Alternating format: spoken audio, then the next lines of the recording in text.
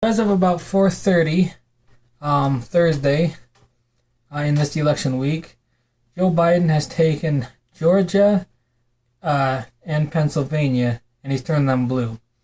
So right now he is leading Georgia by about 4,000 votes over Trump. He's leading Nevada by about 20,000 votes over Trump. He's leading Pennsylvania by about 14,000 votes over Donald Trump. And Arizona, which I think was called a little bit too early in my opinion, he is leading Donald Trump by about 40,000 votes. Right? If the trends continue and Biden wins all four of these states, as well as all the other ones that were called for Biden, that would mean that Joe Biden will win with 306 electoral votes. That's not a landslide, but that's a lot more than what Bush beat with Al Gore. Right? This isn't going to be a super close call. This is going to be a pretty big win, actually. Now, I'm not exactly thrilled that Joe Biden is winning. And there are a few things about Trump that I do like his trade war, for an example. I think that his tariffs were probably a good thing. And there were a few other small things that Trump did that I like.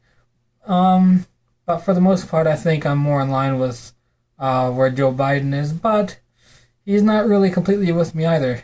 Personally, I preferred Bernie Sanders. I prefer a social democrat. I want the United States to look more like Western Europe, to look more like Norway or Germany or France or one of those countries, or the United Kingdom even. You know, a lot of people say that Bernie's a communist, but his healthcare plan is no different than what they have in Canada, which isn't even completely nationalizing healthcare. It's just government health insurance, right? It's Medicare with reduced pharmaceutical prices, basically. You know, they probably have some price controls with some subsidies or something there on the pharmaceuticals. But Biden isn't going to offer that. What Biden is going to offer is basically the Affordable Care Act. That's what they have in Switzerland, and they have the second most expensive healthcare in the world, behind only the United States, because their healthcare is also privatized, like ours. It's just that they have pre-existing conditions that are covered, and they have the individual mandate of the Affordable Care Act.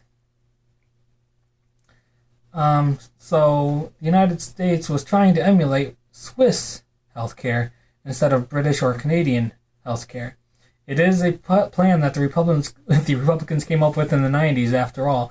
So it's not all that surprising they were trying to do something with a more free market type of system to approach universal health care. Now, where Biden's plan differs from Obama's is he wants to have the public option put in place so that the red states that don't expand Medicaid won't end up hurting the people, right? It'll be basically a federal government Medicaid.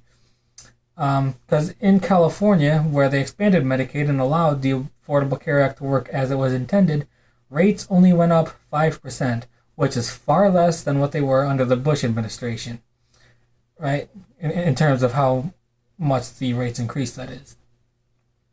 And some people are complaining that, the rates are going to be, the prices of everything are going to go up. Price of gas is going to go up. Look, I'm old enough to remember the Bush administration when gasoline was $3.65 a gallon. In the middle states of America, not the coastal, in the middle states of America, under George W. Bush, Republican, gasoline was $3.65 a gallon at times. Under Obama, even before foreign oil tried killing off American oil by reducing its prices, under Obama, oil prices or gasoline prices were much lower than what they were under Bush, even before the foreign oil companies started trying to screw over American oil companies. Right?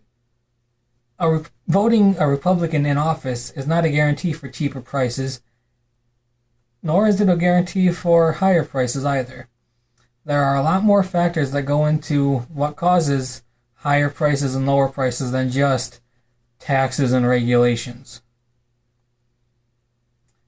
Now, taxes and regulations can affect these things, but not as much as a lot of people like to make out. Unless if the taxes are astronomically high or something. And a lot of people are saying that the votes are fraudulent. Oh, this anecdotal evidence over here, this person here, this is fraudulent.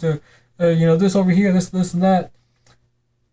Trump won in 2016 because of Russia. Yeah, that's exactly how you sound. Exactly. Right? Biden won fair and square. Deal with it. The same way we had to deal with Trump winning fair and square in 2016. Right? And a lot of people are accusing Biden of being a pedophile. Well, for one, there's a court case against Trump of him raping a 13-year-old. And for two, some people say if you search the dark web or something, you could find a video of Biden raping a child. But for one, that can easily be faked. Deep fakes do exist, and they're actually relatively easy to make these days. Well, the Democrats' way of running this country is to go tell us all how we ought to make sacrifices. God, they're great on that stuff. But they're all going to have us over the hill to the poorhouse. We ain't going to be able to drive over there because we ain't got no gas, so we're going to have to walk it. Oh. And you'll have to prove that if that video does exist, you'll have to prove that the video wasn't manipulated in any way. Right? I wouldn't put it past some Republican that really hates Biden to grab some child porn and put Biden's face on it. I wouldn't put it past them. Right? And for two, if it is true that he's guilty of child molestation, well then, yeah, lock him up. But you have to prove that he's actually guilty first. And like with Brett Kavanaugh and Roy Moore and what you guys are screaming, it's innocent until proven guilty. You have to be consistent with your principles. Otherwise, I'm not going to take you seriously. And I'm not going to take your principles seriously if you yourself are not consistent with them.